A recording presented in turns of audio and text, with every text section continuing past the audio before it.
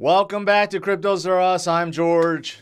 We're all George. So, buy Bitcoin before it's too late. That is the theme of today's video because there's a lot of things going on that's very, very scary, very wrong indeed. So that's why we have Bitcoin. So let me talk about what's going on in the world today. The market is looking very, very scary right now. So let's do this. Welcome, welcome, welcome. The market bell. There we go. Just rung. And today is looking really red. Really red indeed. You can see, the market bell just rung. This has not updated, but there we go. Yeah, not doing so good. Not doing so good.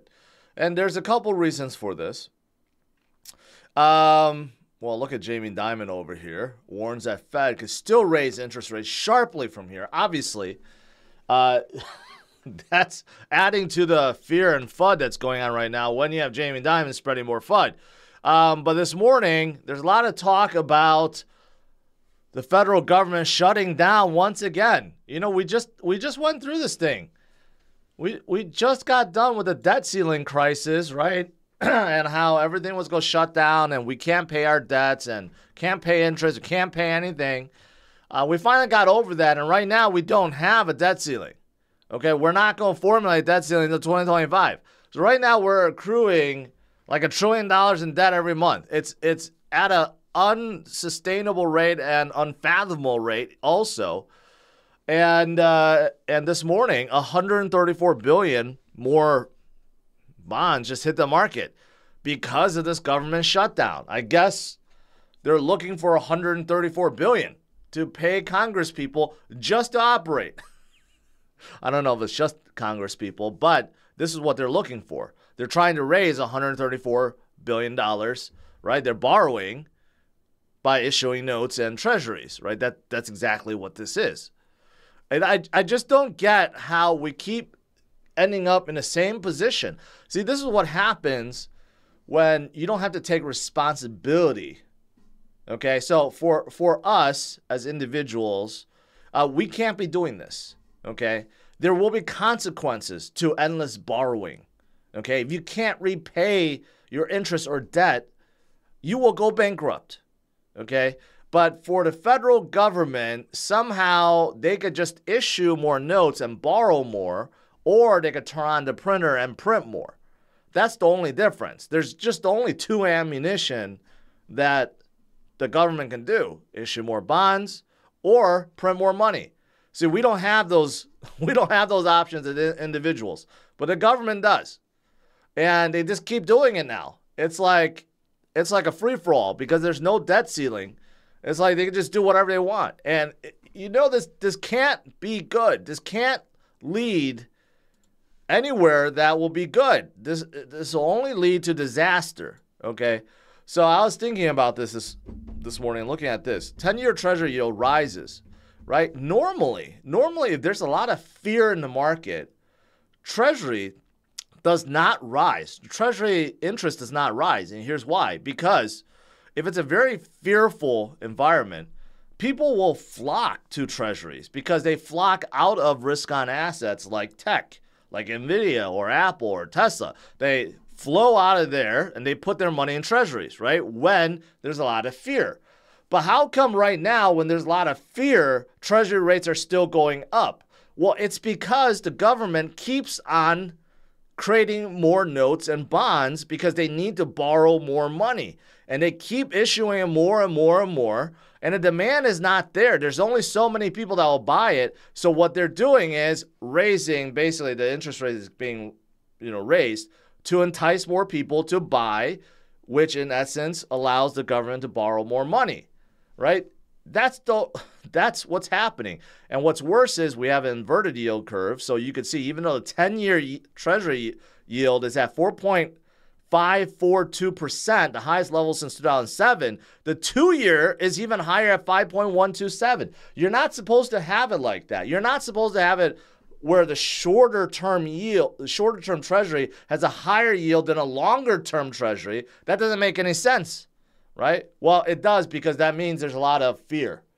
Okay, there's a lot of fear. So this whole thing, everything with what's going on with yields is all screwy right now because we're in a situation where the U.S. government is in a screwy position. I mean, it's just it. I don't think we've been through any other recession like this before. We really haven't. Where we have, it's just a plethora of things going on, right? Like now we have no debt ceiling, we have unlimited printing, and we have this issue with inflation that the Fed is trying to resolve with higher rate hikes, right? But it's not going to do anything if we keep accruing more debt and we keep printing more money. So, you know, everything's just kind of screwy right now. It's really, really screwy. So here's an interesting fact. Every 0.1% or 10 basis points that this goes up by means that the federal government has to pay $30 billion more per year in interest payments alone. Just interest. Interest. That's 0.1%, right? I'm sure Eric calculated things, but, you know, the interest payment after 2023 will be the number one cost for the U.S. Okay, right now it's still military.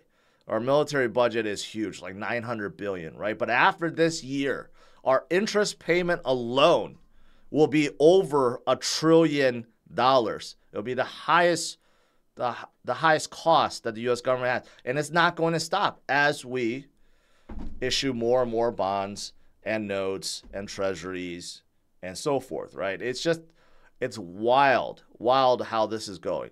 And what's also not helping is the DXY. Now, DXY just continues to go up right now at 106. Whenever DXY goes up in a major way, it's not good. It's not good at all. And the DXY is going up not because there's strength in the dollar, because there's definitely a lot of weakness in the dollar, but there's more weakness with other currencies. That's kind of like the saving grace to this, is that the Japanese yen is doing much worse. The Chinese yuan doing much worse. The ECB euro doing much worse, right? I guess the saving grace to the dollar is that other countries' fiat currencies is doing much worse. That's why the DXY is up, right? So again, it's really weird. DXY should not be going up because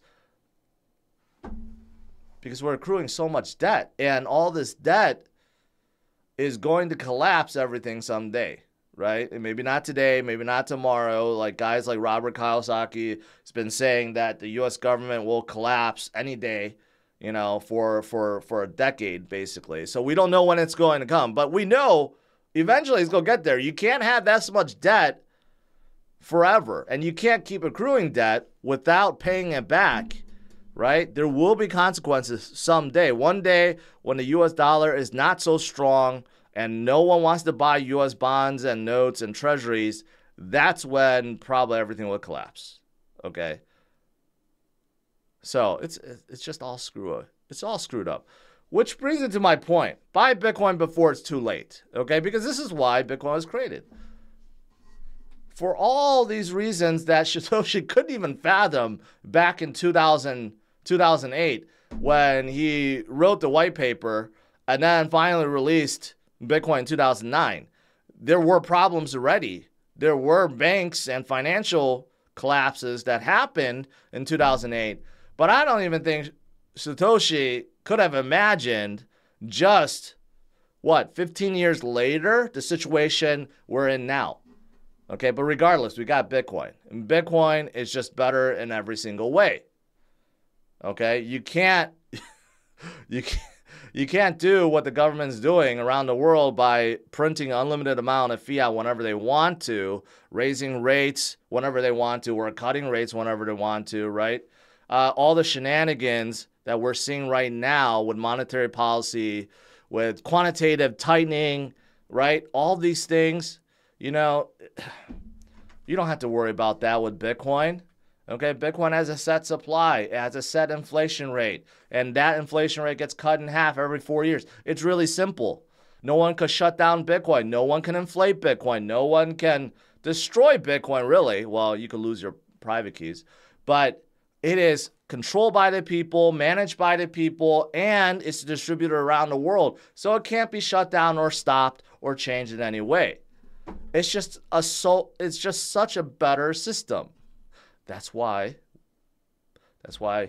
gotta buy Bitcoin before it's too late. Okay, so Adam Black, Cypherpunk, okay. I gotta talk about Cypherpunk in a little bit. But Adam Black believes Bitcoin is digital gold for the next millennium. I mean, yes, of course. It's better than gold in every single way, okay? It's easier to transport, it's easier to secure, right? You could actually use it and pay for things. Imagine trying to shave a bar of gold at Subway or Starbucks or McDonald's. No, that's not possible, right? Bitcoin is better as a store of value than gold in every single way. The only use cases for gold that's better than Bitcoin, I guess, would be jewelry and electronic stuff that's needed. But as a store of value, as a medium exchange, as a digital network, Bitcoin is better in every single way. And one day, Bitcoin will catch up to gold's market cap and surpass it. That day may be sooner than we think because of all the institutional interest, with the world recognizing Bitcoin as a legitimate digital currency and a store of value. No one is trying to shut it down anymore. In fact, they're welcoming the miners because all the states and countries are making boatloads of tax money from the miners, and also they're using that money to improve their electrical grid, so it's a win-win. And there's a lot of wasted gas, like flare gas from the oil companies, that could be used for Bitcoin mining. There's so many positives to Bitcoin mining, but one day when Bitcoin catches up to gold in market cap, Bitcoin will be worth $700,000. $700,000 per Bitcoin to reach a $13 trillion market cap. It's probably not going to come this cycle. Probably not going to come next cycle. Well, you know what? I take that back. It could.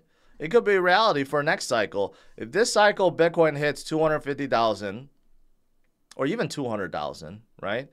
That's less than a 4x to get to 700,000 from there. So maybe we could get there next cycle. Even if we can't, maybe the cycle after that. Every cycle is only 4 years. So we're not talking about like 400 years in the future. No, we're just talking about 4 years.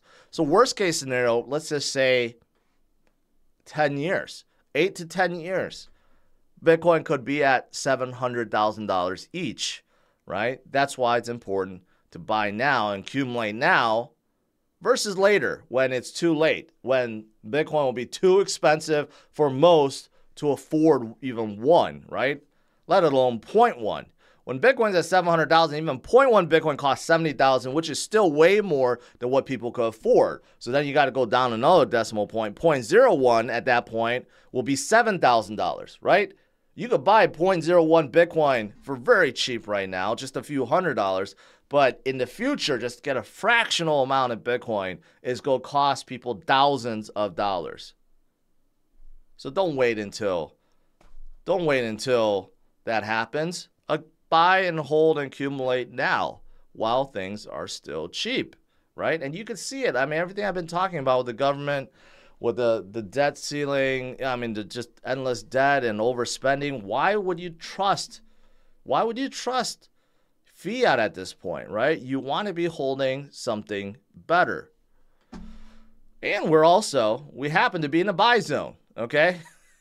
If you're looking at RSI, this is a really good visual, color-coded RSI, right? You can see where the tops are, and of course you can see where the bottoms are and the buy zone, and Bitcoin is in a buy zone. We're not even in the hodl zone. We're clearly in the buy zone because we're not above $48,000 yet. That is when Bitcoin kind of moves up into the hodl zone, but right now it's still very, very cheap.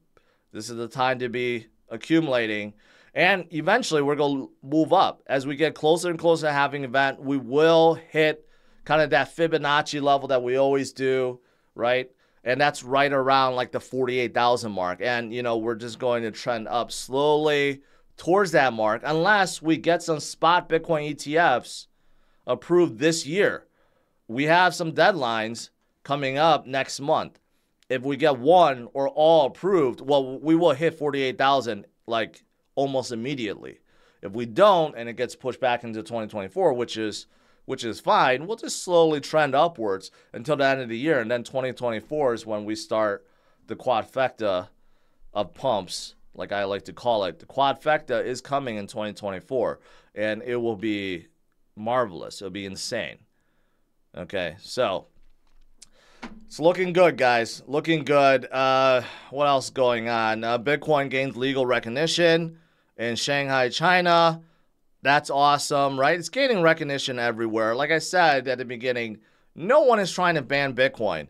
It's too late for that. Even in 2017, we heard about it. Even up until 2020, we were still hearing about it. But now we don't hear about it. No one is trying to ban Bitcoin mining. In fact, you got more and more countries becoming more favorable to Bitcoin, right? And I think that trend is going to continue. We're going to see more and more countries come out and say, you know what? Bitcoin isn't so bad, right? Let's allow it to flourish. Let's get in, you know, let's get in all the miners, right? And also let's collect the tax revenue from all these Bitcoin millionaires and billionaires. Why would you want to shut it down? All right, what else is there? A couple other things. NASA, I mentioned this yesterday, but yesterday, obviously, there was a lot going on. NASA plans to use the blockchain to store data on the moon, okay, in case the Earth gets taken out by aliens or by an asteroid or something. Maybe future civilizations or aliens will find information about Earth on the moon. That's what they plan on doing. I don't know how they're going to use blockchain to store data on the moon. According to this, go put it on some kind of hard drive, and they're going to ship it to the moon. But I don't know how it connects to a blockchain when there's no internet on the moon. You know, there are some data where, you know, storage devices, and I don't know, maybe there are some blockchains where you could have offline mode, and then as soon as you connect it, then, you know, it gets verified. Maybe it has to be something like that. Or they plan on putting a, you know, satellite antenna up there that will get continuous internet from Earth. I don't know how that works. But they also plan on utilizing it to prove that we can go to the moon and it wasn't a hoax. You figure by now, it's been, what, 70 years, however many years, since we've been back to the moon. You figure we're more advanced, right? You figure one of those SpaceX rockets from Elon could easily go to the moon and back by now. So did it really happen before? I don't know. That's one of those things. Anyways, Binance meets with Mitsubishi, who's in the U.S., their cards are garbage. But in Japan, they are absolutely huge. They're involved with everything. Banking, you know, financial sector, advertising, TVs, you know, home electronics. They're the biggest company in Japan. So they're just so huge. But Binance is launching in Japan. They're going to work with them to come out with some kind of stablecoin launch. That could be a powerhouse, right? Right now there's not a lot of stablecoins that people use, but you know, who knows? Who knows if this spurs up another one? We know PayPal just released theirs. I don't know how many people are using PayPal's stablecoin. I would not trust PayPal stablecoin. So I'll never use it. But you know, USDT has its controversies. USDC has its controversy. I mean, there's a lot of controversy everywhere. But maybe Mitsubishi stablecoin could be good and be adopted. I don't know. Microsoft, there's leaked documents since they acquired Activision. There were some documents leaked out about how they're going to integrate crypto wallets. That makes sense. A lot of games now, right? A lot of games are getting involved with NFTs. So obviously you need a wallet to store it, right? A lot of games are basically tokenizing also, or NFTing. I don't know if that's a verb, but they're making, you know, their weapons and characters and I don't know, any accessories, right? They're all either tokenizing it or making them into NFTs, and you need to store them somewhere, right? So it makes sense.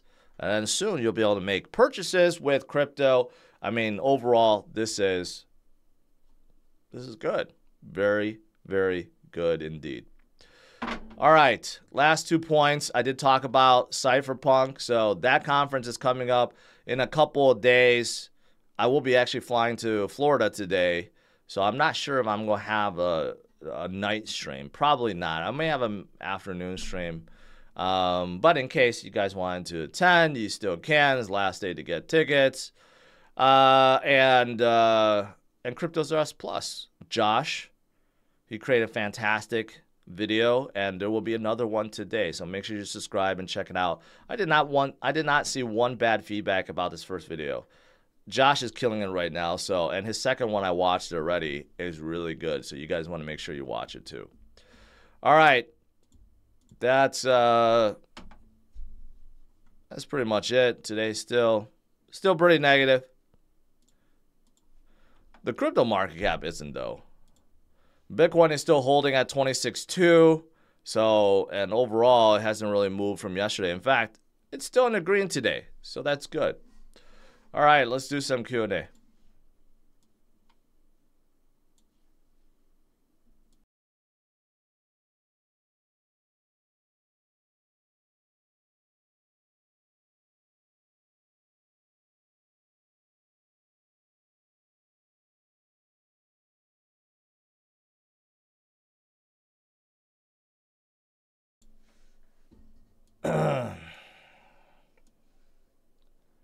All right. Let's see if I missed anything.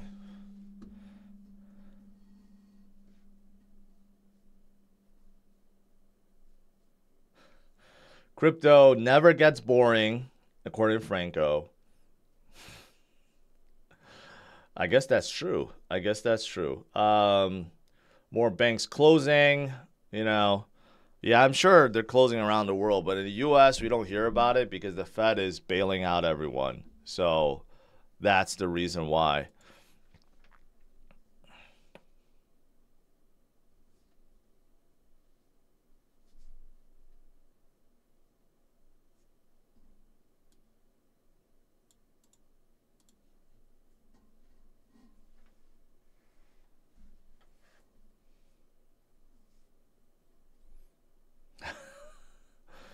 Salomondo, except that the power goes out. Well, hopefully we don't have a global power outage, because if that happens, then screw money, screw gold, screw Bitcoin. That's when you want water, ammunition, and shelter, and food, of course. That's when ammunition and guns become the currency of the world.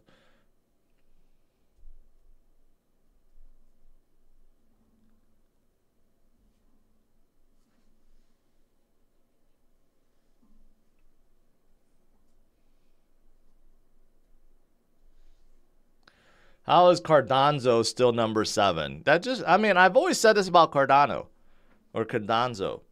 People love Charles. People really believe in him and the tech that he will bring to the space, right? I mean, throughout all the crypto winter cycles, right? People love to bash Cardano, how it's never done, it's so slow, it can't do this and that, but you know, it just continues to hodl and go upwards. So it's still sitting in top 10, right, at number 7, and it's not going away.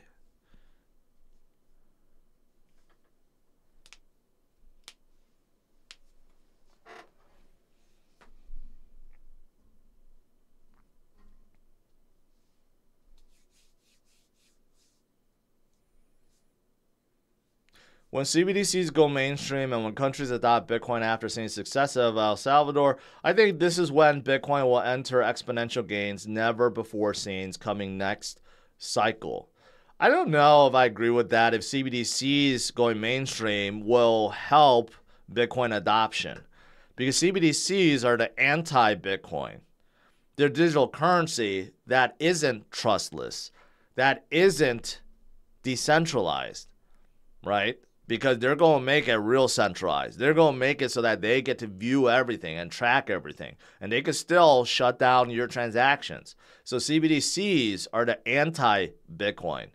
I don't know. Maybe that will drive some people to Bitcoin if they recognize it, but most don't. Most people do not care. They just care about short-term gains, right? Getting money.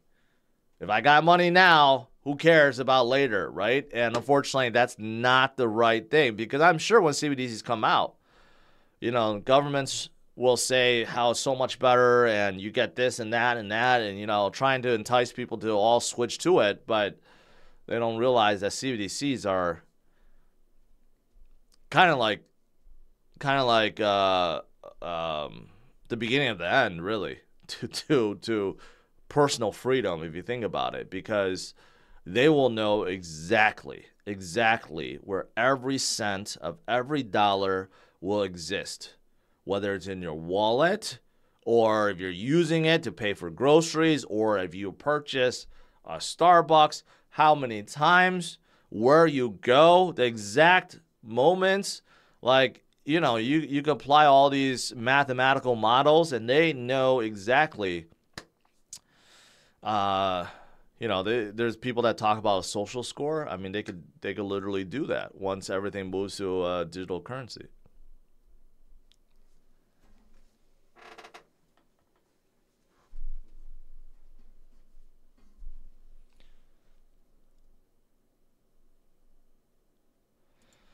DXY still going up is no good.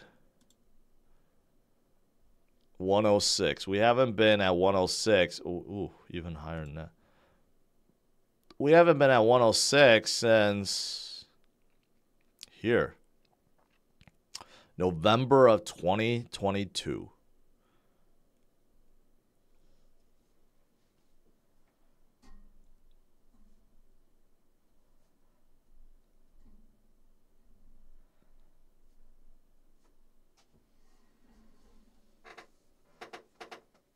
Starlink, you know, maybe NASA plans on using Starlink on the moon. I don't know if it could reach there, but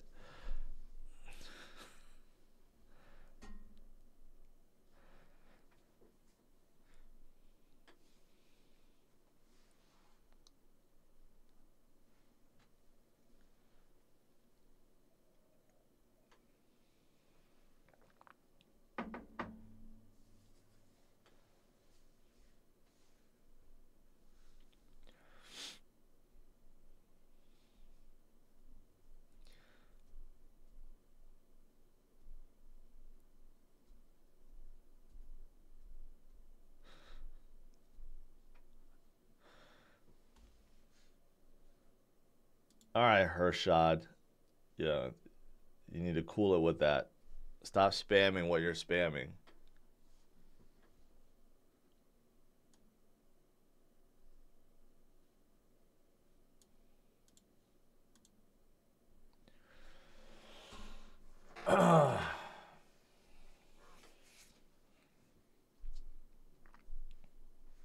Michael Cash, I appreciate that. I do wish Ben the best.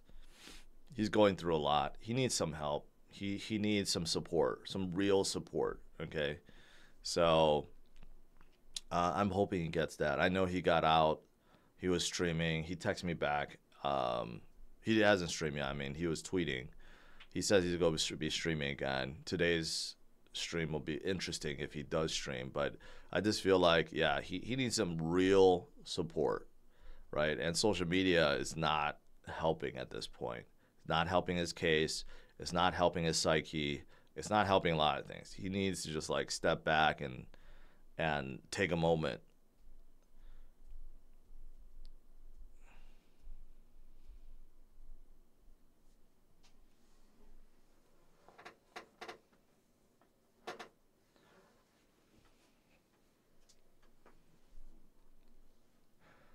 Will Flight to Mars have internet? Well, if Elon has something to do with it, then yes. He'll probably put Starlink antennas like in between Mars and the moon, and Earth. Or maybe you can make the moon a giant station. You know, I don't know. No, that wouldn't make sense because the moon starts circulating, so it would be out of range. So I don't know. Like if you put enough Starlink satellites around the Earth and the moon, maybe you'll get signal by Mars, and then you have to link it up to Mars. I don't know. You could use lasers too. I know you could use lasers for internet. You know, maybe it'll be fast enough.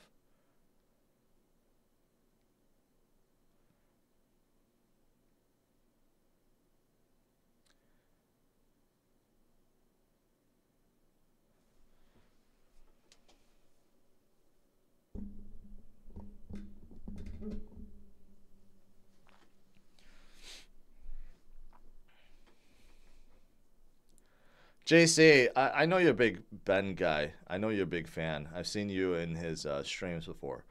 I mean, here's the thing. Everything has to be resolved, okay, through the courts at this point. There's no resolving by going and making videos and bashing each other, right? It's probably harming both of them right now. They're both saying stuff they probably shouldn't be saying, right? So the only way he's going to get through this, if there's any chance of him winning and recovering at all, has to be done by the lawyers, not by doing what he did yesterday, right?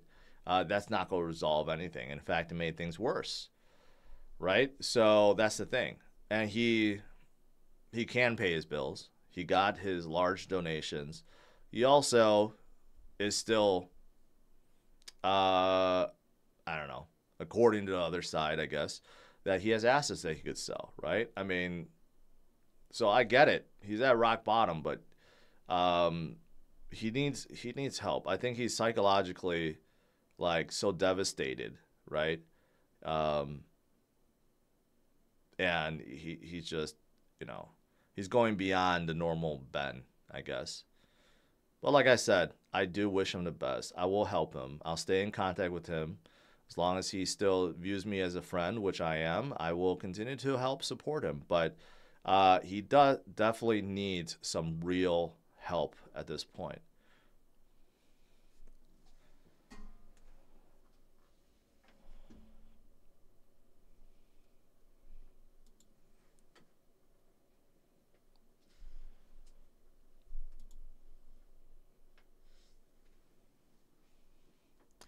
JP Morgan to settle Jeffrey Epstein's sex trafficking suit by U.S. Virgin Islands for $75 million.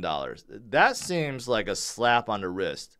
And I don't know how JP Morgan is involved with this.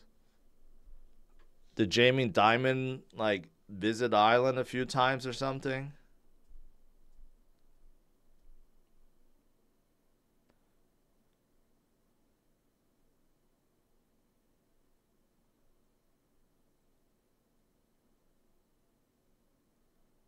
Okay.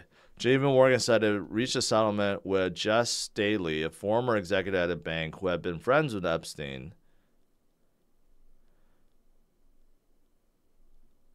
Yeah, that seemed like a pretty. I don't know. It's crazy. Banks will just always win, basically. You'll never see JP Morgan Chase get taken down due to money laundering, due to fraudulent manipulating the market, okay, ties to sex trafficking. Like banks will never go down. They're just protected. That's just the bottom line. It's like any individuals, okay, being charged with these things will go to jail for like 20 or 30 years. But, you know, if it's a bank, okay, just pay something and that's it. Slap on the wrist fine.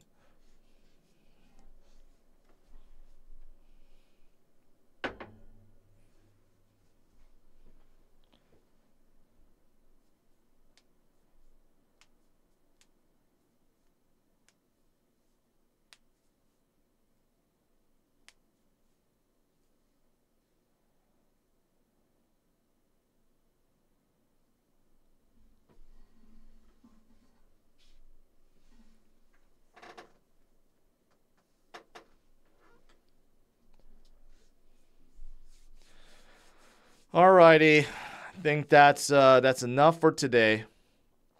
overall, it's scary. It's very scary out there. What's happening within the U.S. government, and I'm sure within governments around the world, basically everyone's doing the same thing. Printing money, accruing debt, and hoping that they could all pay back the interest. It's just really scary. That's why we have Bitcoin. That's why Bitcoin will go to the moon and surpass gold someday.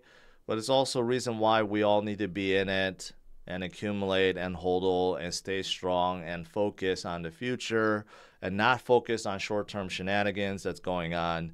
It's been very, very important. All right, guys.